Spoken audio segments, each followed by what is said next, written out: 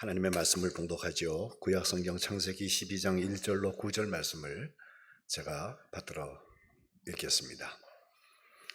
여호와께서 아브라함에게 이르시되 너는 너의 고향과 친척과 아버지의 집을 떠나 내가 네게 보여줄 땅으로 가라. 내가 너로 큰 민족을 이루고 네게 복을 주어 네 이름을 창대하게 하리니 너는 복이 될지라.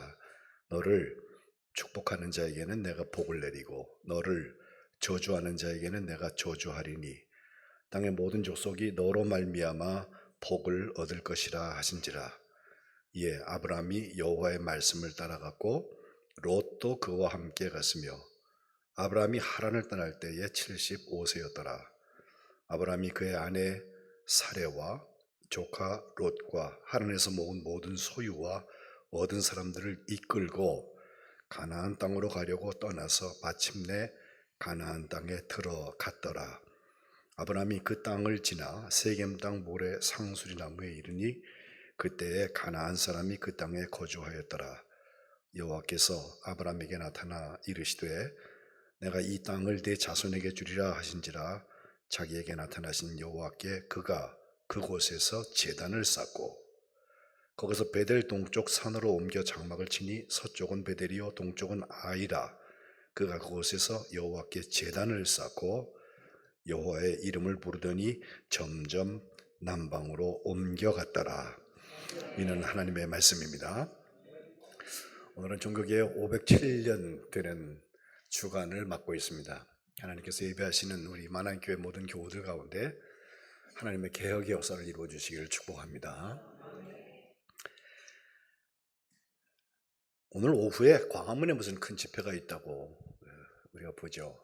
한국교회 200만 연합예배 및 큰 기도회라 이렇게 했는데 몇몇 교회 지도자들이 이 일을 기획하고 준비해서 일을 실행하고 있다고 하는데 우리 많은 교회가 참여하지 않습니다. 제 눈에 들어오는 그 캐치프레이즈가 있는데 건강한 가정 거룩한 나라라고 하는 주제예요.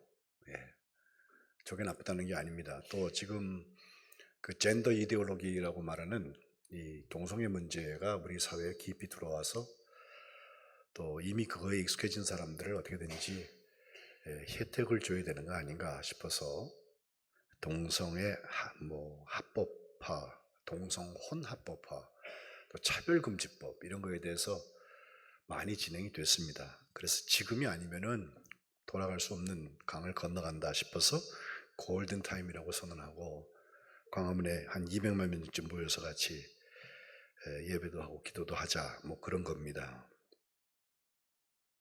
문득 한 50년쯤 전에 여의도에 그때는 5.16 광장이라고 그랬는데 제가 초등학생 때입니다. 빌리 그레엄 목사님이 오셔서 집회하던 때가 생각이 나요. 얼마나 모였나 하니까 하루 저녁에 한 50만 명쯤 모이기 시작을 해서 5일 동안 집회를 했는데 마지막 날은 주일이었는데 110만 명이 모여서 다 합해보니까 5번 집회가 한 300만 명 모였습니다. 그리고 3만 7천 명이 회개하고 예수 그리스도를 영접하는 역사가 나타났거든요. 사실 그런 집회라면 지금 개신교 역사에도 이런 일이 많지 않은데 하나님 우리에게 다시 기회 주시면 하는 그런 기대를 사회 목사로서 갖고 있습니다. 그런데 오늘 모이는 그 집회 모양과 함께 이 10월 말 되면은 꼭 2년 전에 또 있었던 이태원에 그 어려운 일이 있었잖아요. 할로윈 무슨 축제한다고 우리나라 산도 아니고 특별히 우리 꼭 있어야 되는 일도 아닌데 그거 축제한다고 사람들이 몰렸다가 무질서해져갖고 159명이 생명을 잃었던 일이 있었고 아직도 그 가족들이 아파서 힘들고 어려운 시간들을 갖고 있는데 사람들이 많이 모이는 이벤트가 나름 의미는 있을지 몰라도 우리가 종교개혁 때 해야 될 일이 과연 그런 것인가 하는 생각은 해요. 또 처음 있었던 1517년 10월 31일 마틴 루터가 종교개혁을 한 날이라고 말하는 그날은 아주 조용했던 날이었습니다. 사람들이 몰려들지도 않았고 루터가 귀텐베르크라고 하는 그 성에 모든 성자들, 거룩한 성자들을 기리는 교회 당이 하나 있는데 거기 문에다가 반박문 95개의 조항, 그걸 라틴어로 된 걸 갖다 써붙여서 캐톨릭하고 한번 대결하자고 하는 일이 시작이 되었는데, 그 일로 인해서 마틴 루터와 그 동료들, 좋은 신학자 또 신앙가들이 많이 계셨는데, 그분들이 캐톨릭이 그 당시 하고 있던 베드로 성당을 짓기 위해서 면죄부를 팔았다 할지, 또 성물 숭배를 시켰다 할지, 민속 종교와 이렇게 야합이 돼서 예수 그리스도를 통하여서 우리가 구원받는 것에 대한 가장 중요한 것을 놓치고 있을 때 기치를 들었던 것입니다. 한 3년 반 동안 여러 번 토론회도 있었고, 또 루터의 인기가 점점점 민중들 가운데 복음을 받아들이는 운동으로 움직여지기 시작을 하니까 캐톨릭에서는 루터를 없애려고 여러 가지 칙령도 내리고 고생을 한 후에 1521년도 드디어 포럼스라는 곳에서 최후 진술을 듣게 되는데, 그때 루터는 아주 당당하게 서서 내가 여기 서 있습니다. 나는 아무것도 초래할 수 없습니다. Ich kann nicht anders. 이 말 참 유명한 말이죠. 내가 달리 어떻게 바꿀 수 없습니다. 그리고 하나님 저를 도와주세요. 아멘. 기도했던 것이 포럼스 칙령의 기록으로 남아있고, 실제로 현장에 있던 사람들은 루터는 저렇게 말하지 않았는데 분명히 저 내용을 말했다. 지금이라도 네가 말을 바꾸면 너를 파문하지 않는다고 하는 그 유혹에 넘어가지 않았다라고 말을 합니다. 현장들을 제가 가서 늘 보면서 느끼는 것 하나는, 우리의 개혁은 507년 전에 있었던 것이 아니라 오늘 우리 가운데 있는 게 개혁이에요. 내가 오늘 바뀌지 않는데 옛날에 있던 거 우리 먹는다고 뭐가 달라져요? 또 동성애 문제가 분명히 문제인 건 맞아요. 바꿔야 돼요. 이렇게 흘러놔둬서는 안 됩니다. 그러나 모여서 그렇게 200만 명이 모여서 한다고 하면요, 정치인들이 가만히 있겠어요? 또 교단 정치뿐만 아니라 여러 가지 요소들이 거기 움직여가지고 또 이용해 먹는 일들이 일어나는데, 종교개혁의 역사에서 그것을 배울 수 있어요. 우리가 어떻게 해야 할 것인지. 지금 많은 교회는 어떤 교회가 교회다운 교회인가, 어떤 사람이 성도다운 성도인가에 이어서 지난주부터 성령 충만한 하나님의 가정교회에 대한 얘기하고 있어요. 오늘 가정교회의 가장 근원이 되는 믿음의 조상 아브라함 이야기를 여러분과 나누려고 그래요. 이 종교개혁 때 정말 필요한 믿음의 이야기를 나누게 되는데, 하나님께서 그 믿음과 약속과 예배와 또 하나님께서 기뻐하시는 그 가정을 세워나가는 일을 통해서 오늘 이 시대에 필요한 종교개혁의 역사를 우리 만안교회 주시기를 주님의 이름으로 축복합니다. 종교개혁의 5가지 솔라, 오직이라는 게 있어. 이건 꼭 설명을 제가 드려야 될 것 같아요. 오직 무엇으로 하는 솔라라는 말인데, 그 솔레 복수형으로 쓴 다음에 하는 말이 먼저 오직 성경으로, 오직 성서로.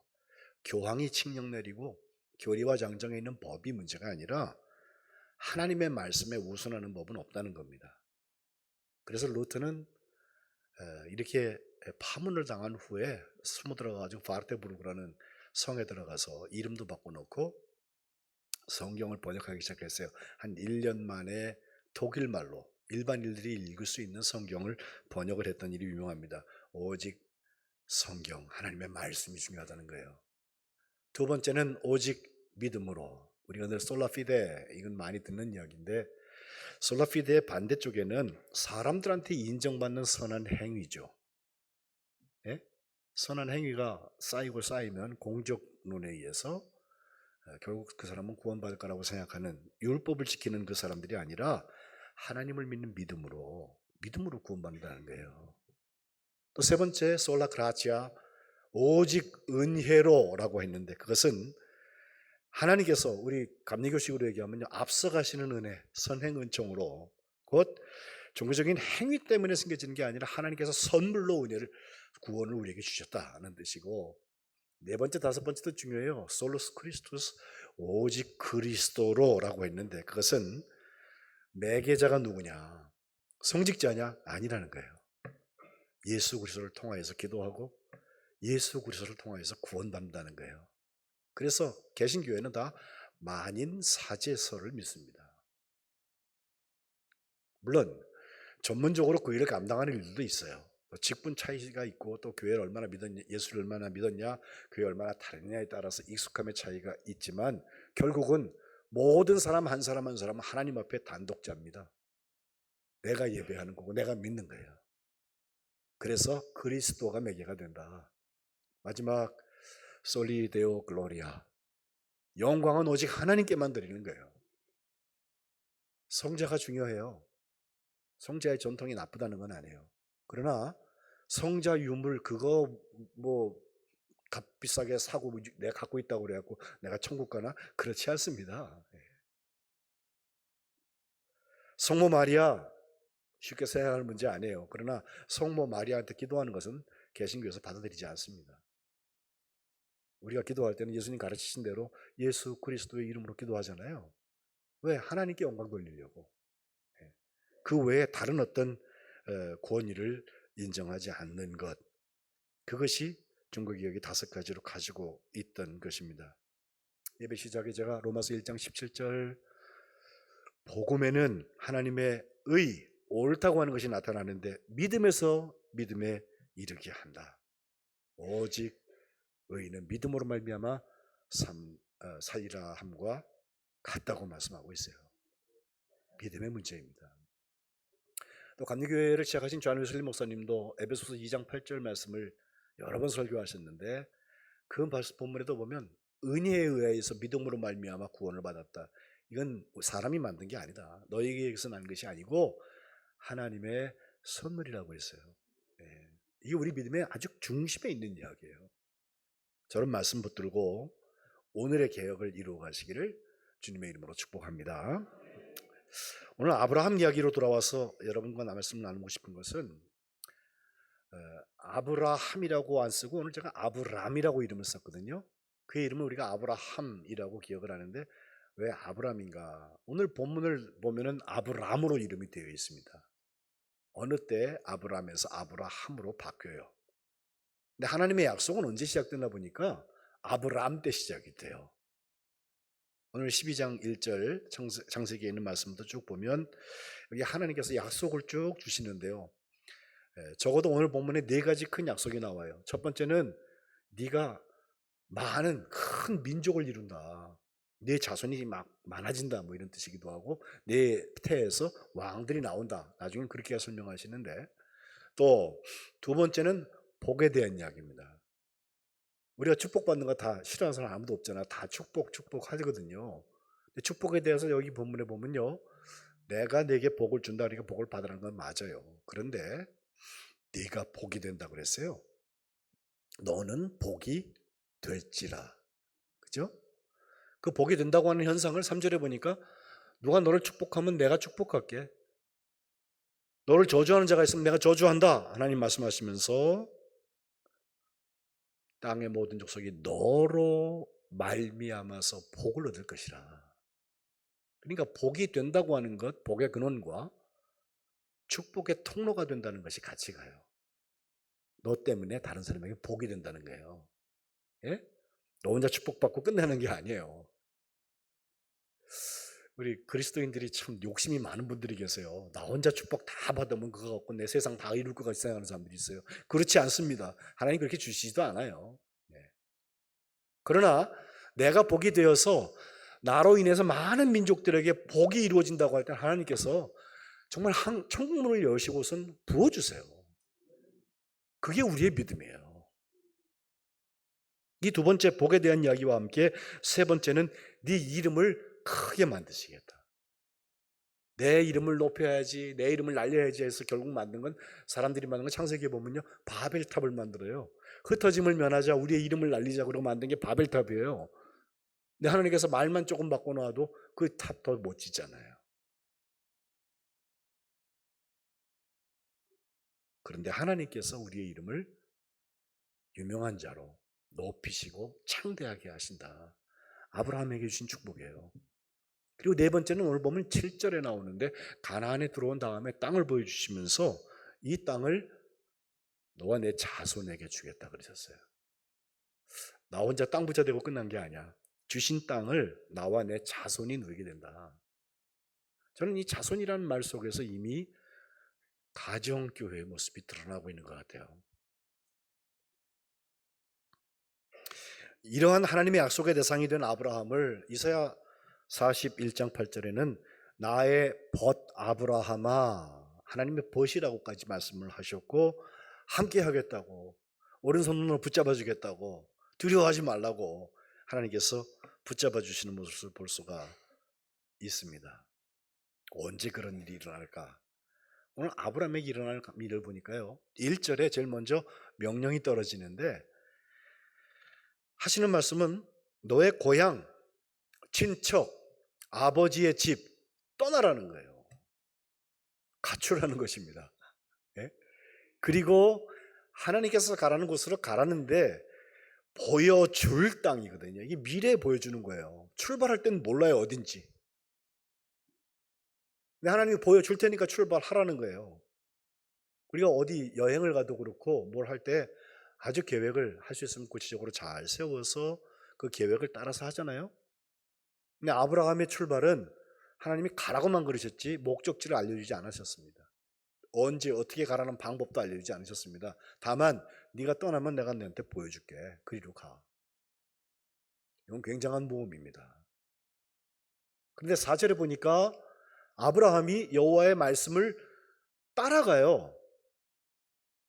야, 이게 순종이라는 게 저런 거 아닌가 싶어요. 아브라함이 제일 잘한 게 있다면 저 시작이에요. 아브라함이 가니까 또 조카가 되는 롯도 따라가고, 아브라함이 하나님을 떠날 때 무려 75세다라고 얘기하고 있어요.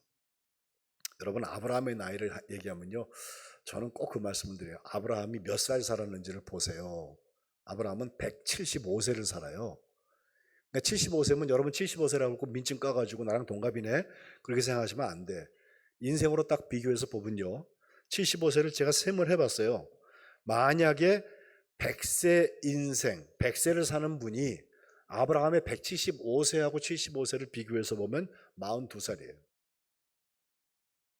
또 90세를 사실 분이 아브라함의 175세 대 75세를 따져보면 38살이에요.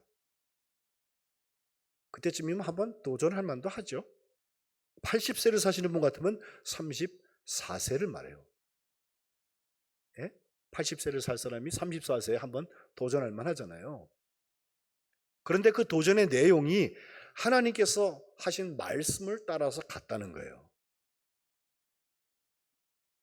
히브리서 11장 8절, 이것을 믿음으로라고 설명하는데, 오늘 우리가 고독한 다음에 나오는 말씀인데, 아브라함이 부르심을 받았을 때 순종했다. 장래의 유업으로 받을 땅에 나아가는데 어디로 가야 될지 갈 바를 알지 못하고 나아갔다. 그게 믿음이라는 것입니다. 저는 비상식적인 것을 추구하는 사람들에게 무조건 당신이 믿음으로 하는 것입니다라고 말하고 싶지 않습니다. 그러나 믿음은 분명히 순종하는 모험이 있어야 합니다. 또 그 믿음은 그렇기 때문에 우리가 정한 목적은 아니라서 방황하는 것 같지만, 시행착오가 있는 것 같지만, 정말 믿음의 여정이라면 순례가 되어서 목적지가 반드시 있습니다. 5절은 그것을 가나안이라고 설명하고 있습니다. 가나안 땅에 들어간 아브람. 15장 4절에 가면 네 몸에서 날 자가 네 상속자가 된다는 말씀을 분명히 듣는데, 막 백대리로 나가가지고 하늘에는 별 보여주면서요, 뭇별 셀 수 있어? 몇 개야 저기서 별이? 그러면서 네 자손이 저렇게 많아질 거야 하시는데, 15장 6절을 보니까요, 아브라함이 여호와를 믿었다 그랬거든요. 하란에서부터 여기 가나안까지 내려온 것도 짧은 거리가 아닙니다. 지도 한번 보여드릴까요? 출발하는 곳이 우르, 여러분 오른쪽 아래에 있는 빨간 줄 시작하는 곳인데, 이라크의 동남쪽이고, 저기는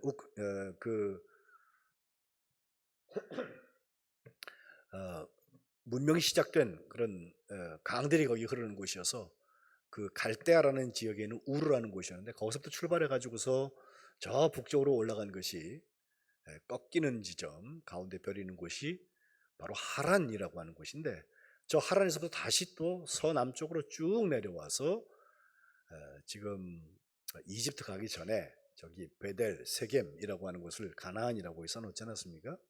이 짧은 거리가 아닌데 그것을 자기 혼자 간 것도 아니고 다 식구들을 데리고 출발을 해요.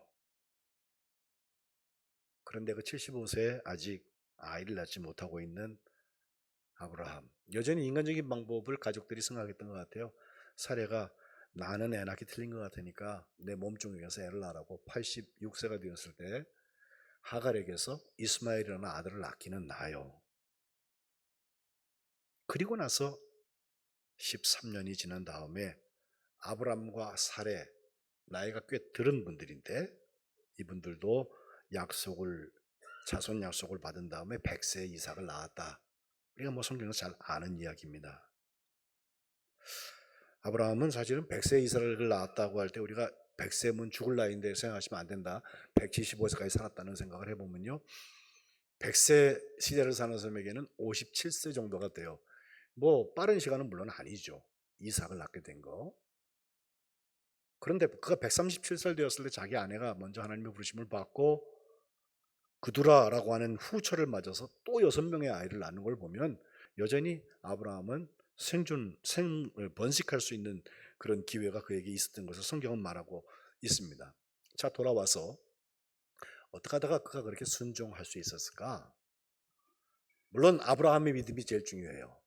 아브라함과 함께 히브리서 11장 10절에 보면 하나님이 계획하시고 지으실 터가 있는 그 성을 바라보고 있는 사람들이 있었어요. 가족들입니다.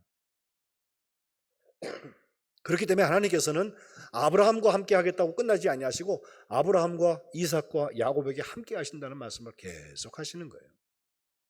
저는 목회하면서 할아버지, 아들, 손주 이 3대가 같이 예배를 드리고 있는 분들을 가끔 봐요. 저게 진짜라는 생각을 하는 거예요. 예? 대가 끊어지지 않는 거.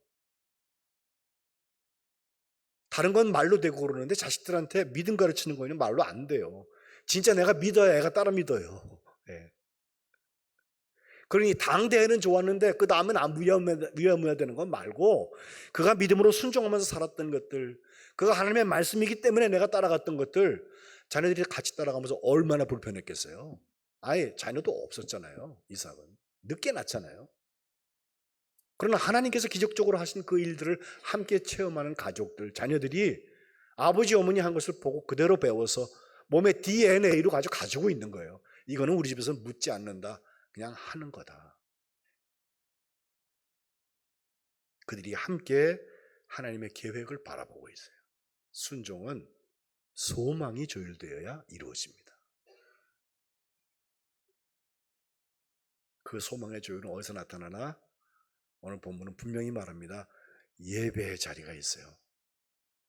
아브라함은 저 가나안 땅까지 왔을 때에도 그렇고, 거기서도 7절에 보니까 자기에게 나타나신 여호와께 그가 그곳에서 제단을 쌓았다, 예배를 드렸다. 또 거기서 베델 동쪽 산 쪽으로 가게 되는데, 거기 오른쪽에는, 서쪽에는 베델이 있고 동쪽은 아이인 곳에 가게 되는데, 거기서도 여호와께 제단을 쌓고 여호와의 이름을 불렀다. 하나님 하나님 하면서 따라가는 거예요. 그리고 점점 남방으로 옮겨가서 헤브론이라는 곳에 정착을 하게 돼요.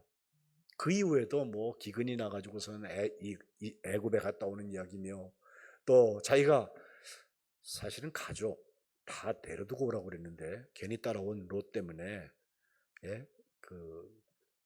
재산 문제로 어려움을 당해서 서로 목자들끼리 싸우니까 갈라서자고 그래가지고서 롯한테 네가 이쪽 가면 난 이쪽 가고, 난 네가 저쪽 가면 나 일로 간다 했는데, 롯이 딱 보니까요, 저기 물도 많고 풍요로운 곳, 에덴 동산 같았다고 그랬어요. 그래갖고 소돔과 고모라 쪽으로 가잖아요. 그래서 아브라함은 헤브론 쪽으로 가게 되는데, 거기 간 그 롯이 거기서 정말 풍요로운 곳에서 행복하게 잘 살았나, 축복되게 살았나? 그렇지 않았다는 거 아니에요.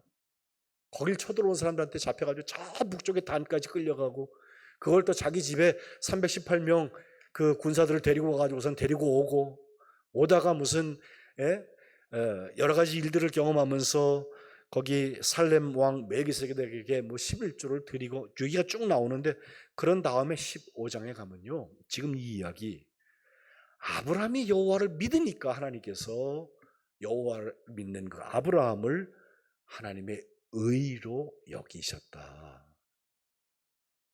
그 믿는 믿음 보시고 하나님께서 의롭다고 하시는 거예요. 그러니까 인도하시는 거예요. 믿지 않는데 어떻게 인도해요? 자기가 머리로 다 세고 있는데, 자기 계획이 있는데 하나님께서 어떻게 인도해요? 하려고 해도 따라오지 않습니다. 15장에 가면 다시 하나님께서 그에게 이 땅을 내게 주겠다고 말씀을 하시니까, 그걸 내가 어떻게 알게 됩니까? 라고 물었을 때 하나님께서 하신 말씀이에요.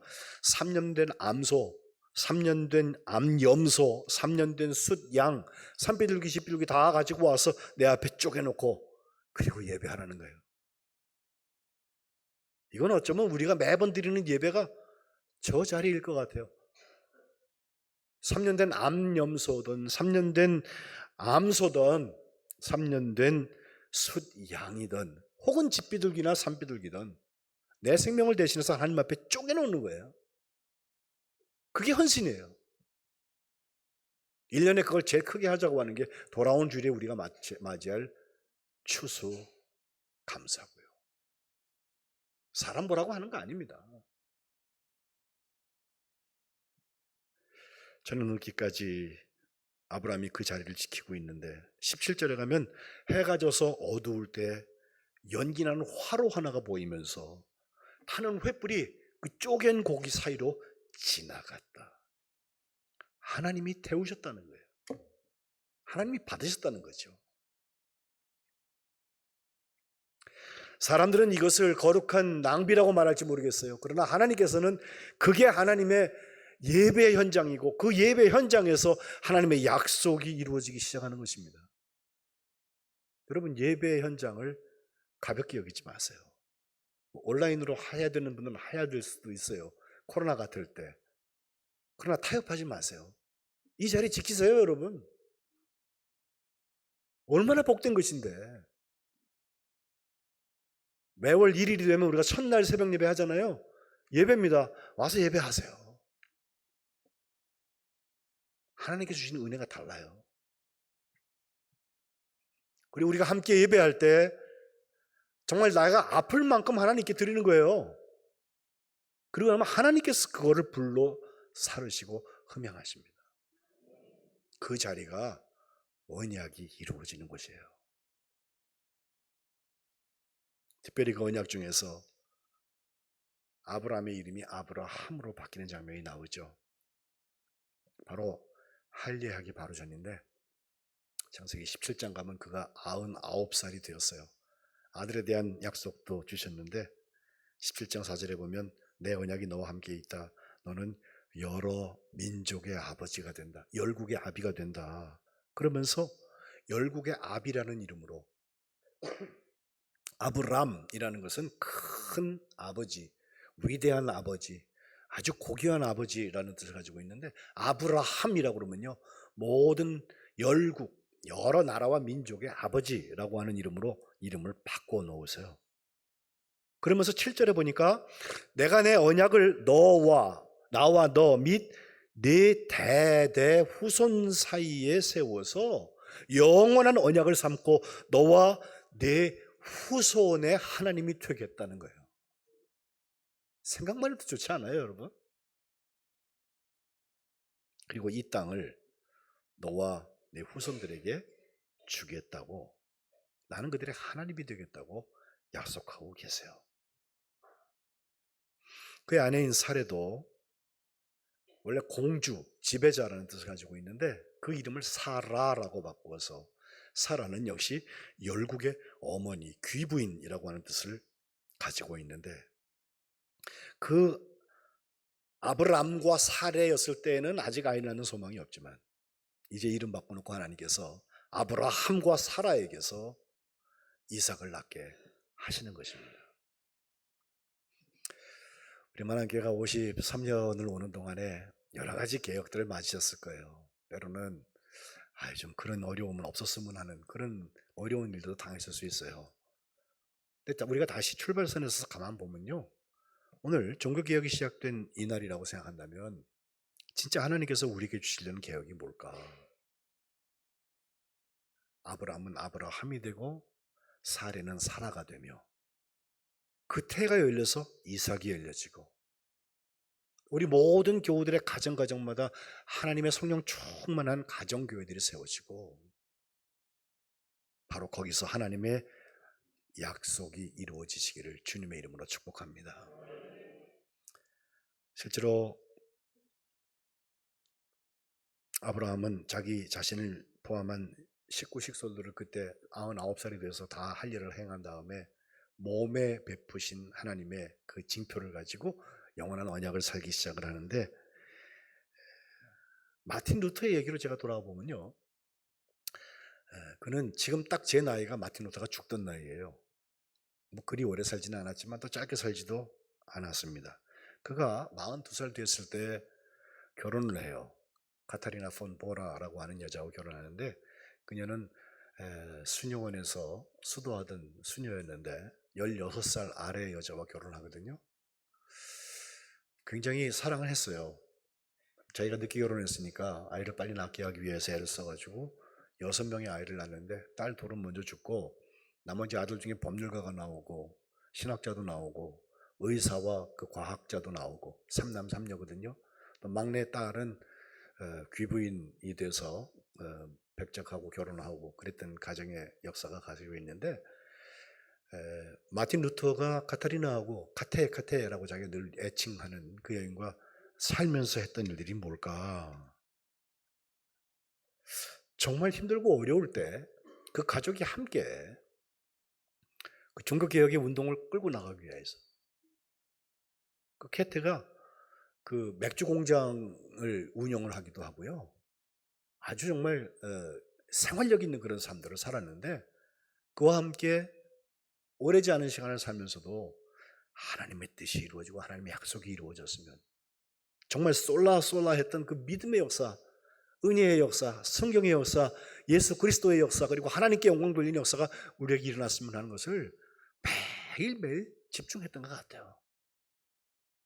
그래서 정말 세상 권력이 그를 누르고 그의 생명을 위협하고 아슬아슬한 순간들도 참 많았지만 하나님의 인도하심을 받아서 개혁을 이루어갈 수 있었습니다. 루터는 마지막 죽음 앞에 섰을 때 우리가 잘 배우는 요한복음 3장 16절, 하나님이 세상을 이처럼 사랑하사 독생자를 주셨으니 이는 저를 믿는 자마다 멸망치 않고 영생을 얻게 하려 하심이라. 그 말씀 묵상하다가 하나님의 부르심을 받습니다. 그 남긴 말로, 유명한 말로 마지막 때에 우리는 결국 하나님 앞에 은혜가 필요한 거지입니다 라는 말을 했다고 그래요. 예? 막 산다는 뜻이 아니에요. 하나님의 사랑의 대상이 돼서 우리가 하나님의 은혜의 대상이 되어 있다는 거, 그만큼 소중한 일입니다. 이번 한 주를 사는 동안에 우리가 이 마틴 루터를 비롯한 많은 앞에 우리의 종교개혁가들이 해왔던 개신교회를 열었던 것, 하나님 앞에서 내가 개혁되어야 될 것을 끊임없이 개혁해왔던 것, 이것이 우리의 숙제가 되고 우리의 현실이 되어져서 정말 하나님의 개혁의 역사가 우리를 살리고 우리 이웃을 살리고 우리 가정을 살리고 이 사회와 땅끝까지 이르러서 영혼을 살리는 역사를 감당하시기를 주님의 이름으로 축복합니다. 기도합시다. 하나님, 하나님의 약속이 분명히 있었고 우리들에게 복된 가정들을 세워주셨는데 그 가정에 하나님 나라가 임하기를 소원합니다. 하나님의 약속이 믿음과 순종을 통하여서 이루어지게 하옵소서. 우리의 소망이 하나님을 향하여서 열려지게 하여 주옵소서. 우리가 하나님의 약속을 예배하는 중에 체험하고 나누는 축복의 근원, 축복의 통로들이 다 되게 하여 주옵소서. 우리의 이름이 바뀌어져서 하나님의 표식이 우리 가운데 있게 하시고 하나님이 복되게 사용하시는 만안의 모든 성도들 되게 하여 주옵소서. 우리를 통하여서 하나님 나라의 일들을 이루시는 우리 주 예수 그리스도의 이름으로 간절히 기도합니다. 아멘.